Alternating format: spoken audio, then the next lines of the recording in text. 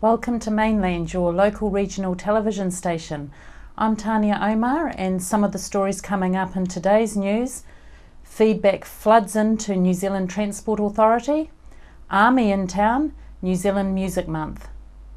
Congestion is an issue in peak hours on Nelson's 2 arterial routes and results in travel delays.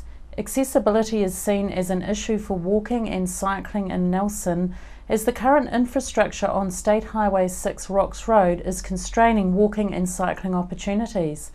These are the reasons around Nelson's Southern Link investigation, NSLI, having been launched in 2015 after being brought forward as part of the government's accelerated regional roading package. A 5-week period of public engagement took place between the 23rd of March to the 24th of April this year. Central Regional Director, New Zealand Transport Agency, Raywin Bleakley, said they received a good response, with the sessions attended by over 250 people, with more than 2,000 items of written feedback submitted. This will now give the Transport Agency the opportunity to consider a range of ideas. Public feedback received during this time is one factor to help determine the final program, which could be progressed to the next business case stage if approved. Ms Bleakley said that feedback will be used along with other factors to inform the next stage of the program business case to determine a preferred approach for addressing the identified congestion and accessibility problems and investment objectives for the arterial network. If the investigation proceeds to the next stage, people will be given another opportunity to have their say.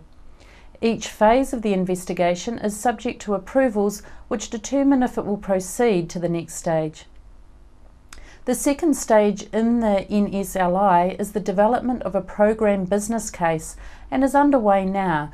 It is anticipated that a summary of feedback themes will be made available mid-year. You can register for information and updates on the NZTA website /Nelson Southern Link. Concerns over the fundraising timeline put on the Society of Modellers by Council to find $600,000 to keep the Tahunanui Modellers Pond in operation is increasing as the fundraiser deadline of September gets closer. So Mainland requested a response by Nelson's Mayor Rachel Reese about Council's position with the modellers over the pond. Mainland asked the Mayor how the Council could justify asking a small group to fundraise such a large amount of money. She replied that representatives from the group indicated to Council that they had already had interest from sponsors and felt that their fundraising efforts would be well supported by the wider community.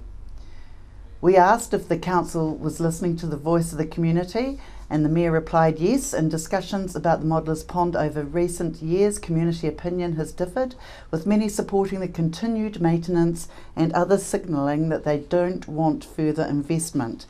The fundraising efforts of the club over the coming months will give the community an opportunity to express their support in a very tangible way. She said should the target be reached, Council will equal that investment to give the facility a secure future, as indicated by that level of community support. Mainland asked what will Council be doing to assist the modellers to achieve their fundraising goals, and the Mayor replied, the group has met with Council's Community Partnerships Advisor for fundraising advice. This included guidance on how and when to approach the major community funding organisations for grants. The group itself must make the approaches and funding applications. Council does not play a role in that.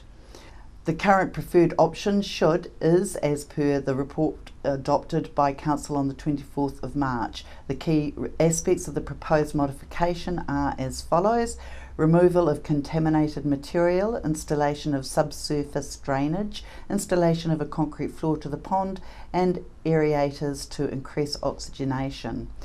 Modifying Centennial Pump Station and installing automated controls at the Parkers Cove outlet and the pond inlet outlet weir to coordinate emptying and filling the pond with sea water. The Mayor said these proposed works should largely resolve the current water quality issues, and the concrete pond base will facilitate cleaning of sediment and sludge. Nelson Airport experienced a backlog of flights Wednesday morning due to a thick covering of fog over Auckland. It meant a few changes to flight schedules, but by midday the backlog had almost cleared. Nelson Airport Operations Manager James Middlewick suggested when contacted by Mainland News that in future in these weather conditions passengers should allow extra time and contact the airline for up-to-date information. The New Zealand Army is currently exercising in the Nelson region until the 3rd of June. The Army has been conducting their training exercise throughout the wider Nelson region from April the 30th. Locals may notice movement of military vehicles and soldiers with weapons on main and rural roads, including public walkways and tracks at various times of the day and night. Army personnel may also be taking part in activities that could include firing of paintball ammunition and cross-country walking. While in Nelson this week, I asked people how they felt about the Army exercising around the region. How do you feel about the Army conducting training exercises on Nelson streets? I'm sure they could find better places that look a little bit more like Syria or Iraq. I don't have an opinion on that. Wow, I didn't know about that. I wonder if my son's involved. I think that's fine, as long as it's safe for the public. Makes the streets more interesting. That doesn't worry me at all. I actually think it's encouraging. It depends on what it is, that the exercise that they're doing, but I've seen them pulling trucks and doing all this sorts of things, so I think it's encouraging for the youth today. Do you have any concerns about them firing paintball ammunition in their training round in the region? Not really. No. As long as they don't fire at me.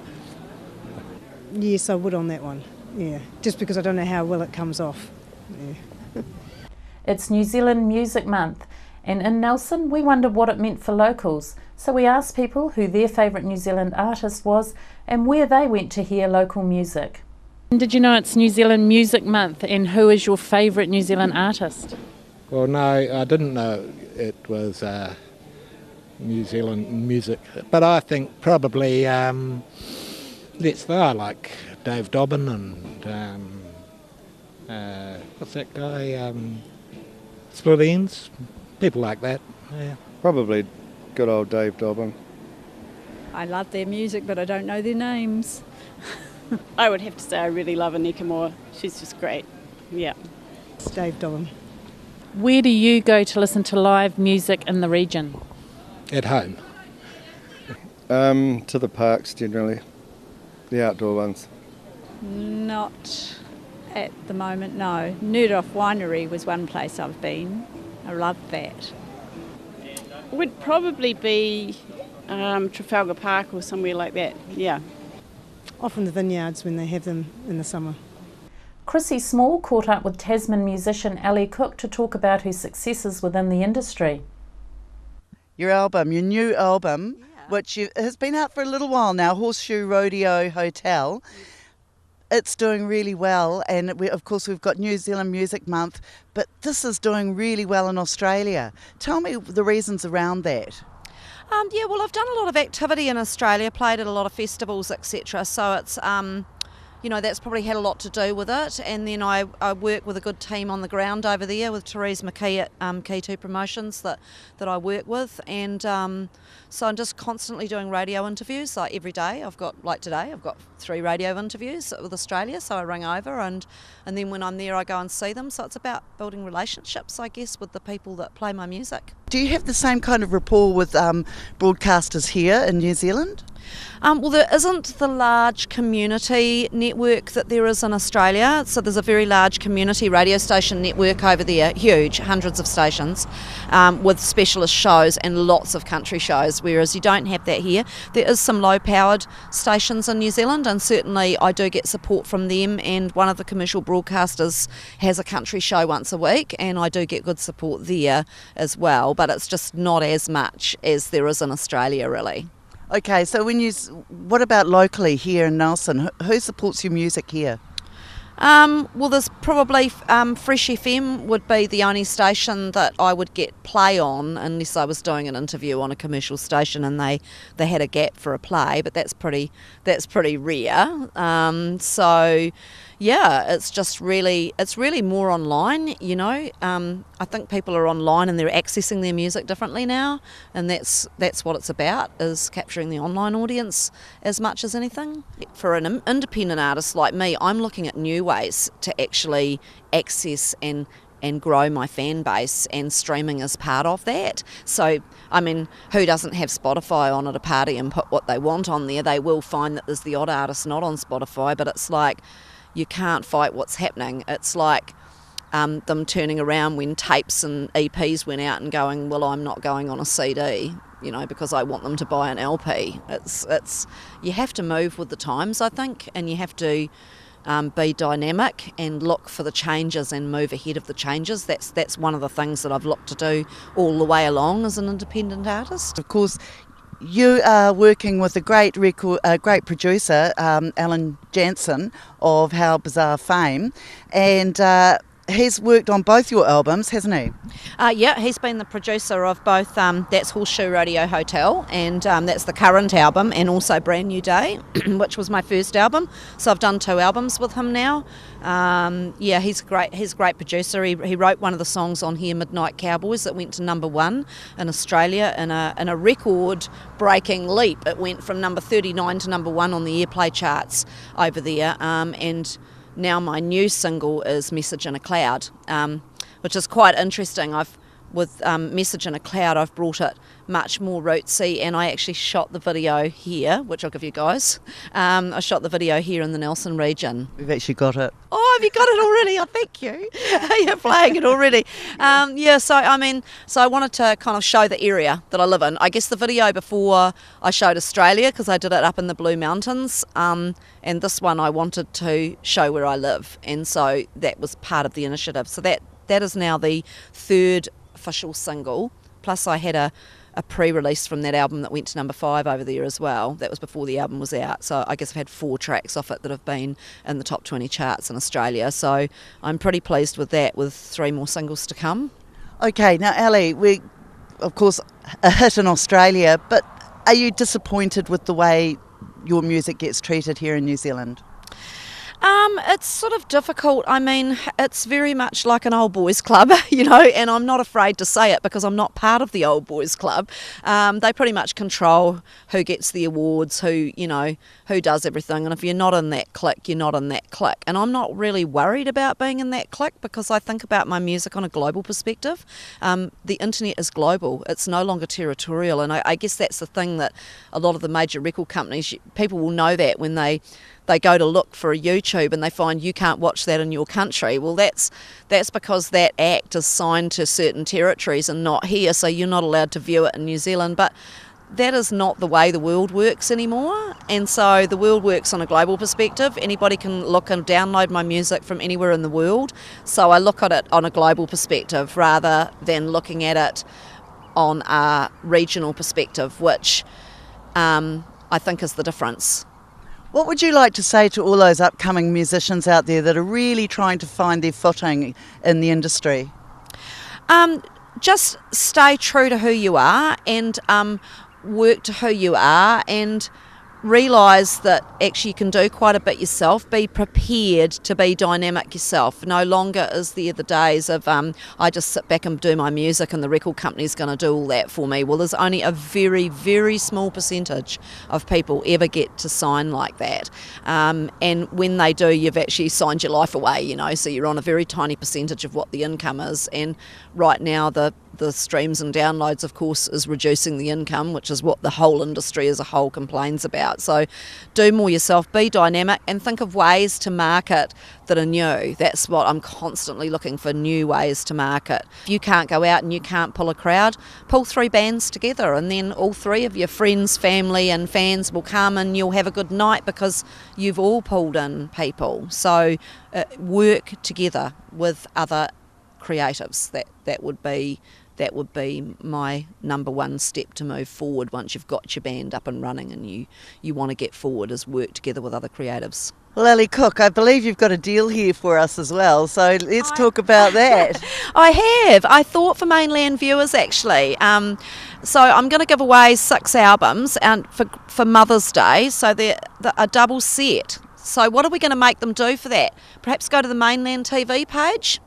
I think so. On the Facebook page, that's a great idea. So if you saw this on Mainland television, you would like to pick yourself out a couple of albums. I've also got a special on my Facebook page as well, which is facebook.com/Ellie Cook Music, and perhaps I'll post that onto Mainland, or just go search Mainland. Either way you'll find. So I'm doing both albums for $30, postage anywhere in New Zealand for the next few days, or just go there and enter. We'll put something up on the page, won't we, Chrissy? Yeah, maybe they could answer the question, where was the latest video, what was it called and where was it filmed? Oh, yeah, there's a good one. You'll have to watch Mainland to see that, won't you? Okay, folks. So, yeah, look, brilliant albums. I can see why Ellie's doing so well in Australia. It's just a shame we couldn't say it was the same here. Okay, well, I stay positive about it. That's the way to be. Well, we're lucky we've got you here, so that's a bonus. No, I'm lucky to be here. We live in the best place in the world. Ellie Cook, always a delight. Thank you so much, and hopefully we'll get those people posting to our Facebook. If you don't have internet and you still want a copy, give us a ring, 5466 567. Let us know and we'll put you in the draw. We leave you now with Ellie's latest music video that was filmed on the Takaka Hill last month, Message in a Cloud, that we found out after speaking with Ellie had just gone to #1 on the Australian country music chart this week.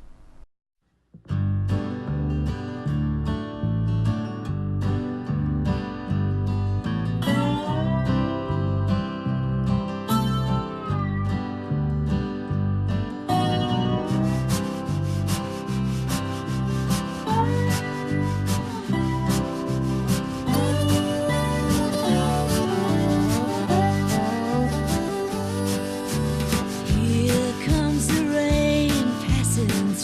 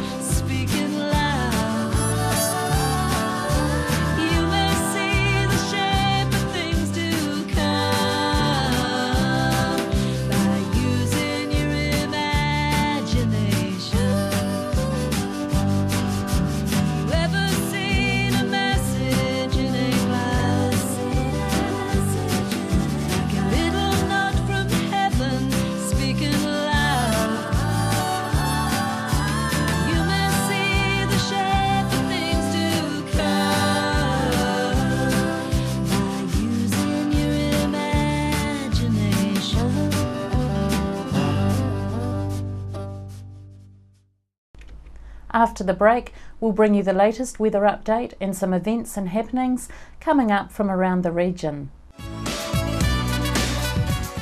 Hi there, Julian Toon, Waimea Telecommunications. We install and maintain domestic and commercial satellite TV, UHF Freeview and Mainland TV installations in the Nelson, Tasman regions. We specialise in Panasonic telephone systems and provide communications, Wi-Fi, IT and wiring for internet, fibre, computers and DSL systems. At Waimea Telecommunications, we also provide specialist electronic systems for features such as a security camera you can watch on your TV, visitor alert systems and much more. Improve your security and communication and entertainment today. Call us on Waimea Telecommunications on 021 472297, ytel.co.nz. Nelson Tire Center. Great prices, great service. Buy your own Bryford trailer. All types, all sizes. See Colin Douglas for your tires and batteries. Are you looking for a scooter, walker, wheelchair, baby seats or pushchairs? Then come in and see the Nelson Region Specialist at Mobility for You, 269 Queen Street, Richmond, opposite the library. We have a huge selection of scooters, walkers, wheelchairs and accessories, along with a free booklet guide. We also provide a breakdown service if you ever get a puncture or a flat battery. We have fully equipped service vans to rescue you. Hi, I'm Robin Jordan and I invite you to call in and see the friendly team at Mobility for You, 269 Queen Street, Richmond, opposite the library. Why would you want to pay as much as $1,000 for a single bed mattress when you can buy a high quality locally made mattress like this for as little as $220? And a queen size mattress could cost you in excess of $3,000, but at Nelson Beds you could have a mattress like this as low as $425. So why would you go out and spend a fortune on your child's bedroom when you can come to Nelson Beds and buy a complete single mattress and base set, a 7-drawer Scotch chest, a headboard and a 3-drawer bedside cabinet for as little as $979? So call and discuss our custom manufacturing options and local after sales service at Nelson Beds, Nelson's only bedding manufacturer.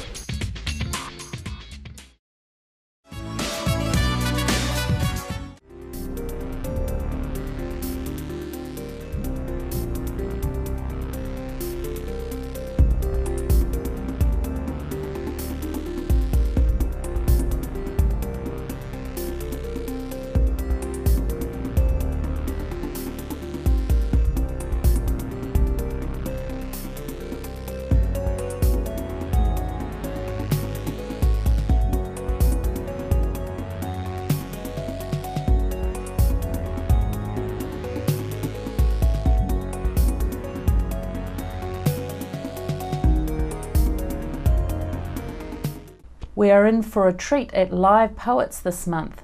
Dylan in song and verse, open mic night hosted by Clayton Taylor, Nathan Torvik and Mark Raffles.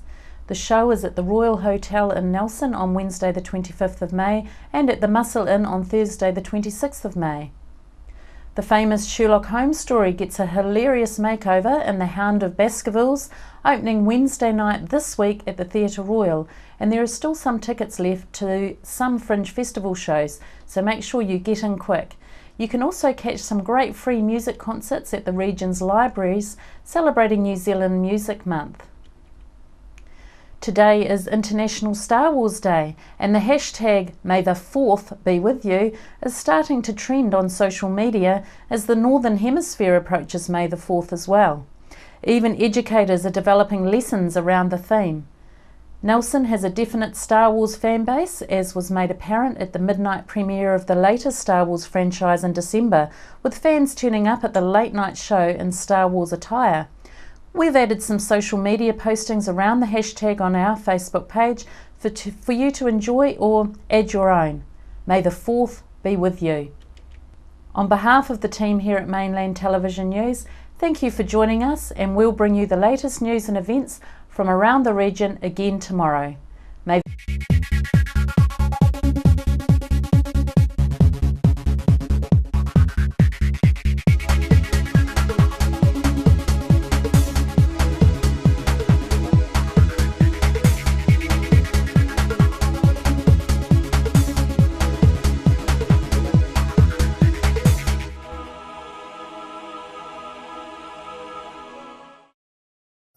Supporting local content so you can see more of New Zealand on air.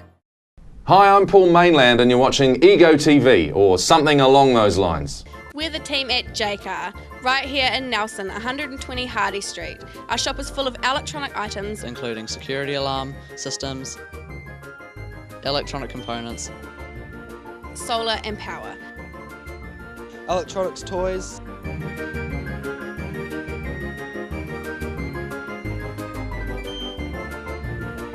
sound systems, cables, and much, much more. JCar. 120 Hardy Street, Nelson. World War I was a defining period in our history, impacting greatly on the lives of people from the Nelson province. Memories of the First World War is an exhibition which will be displayed in a number of regional venues and is currently on at the Nelson Provincial Museum.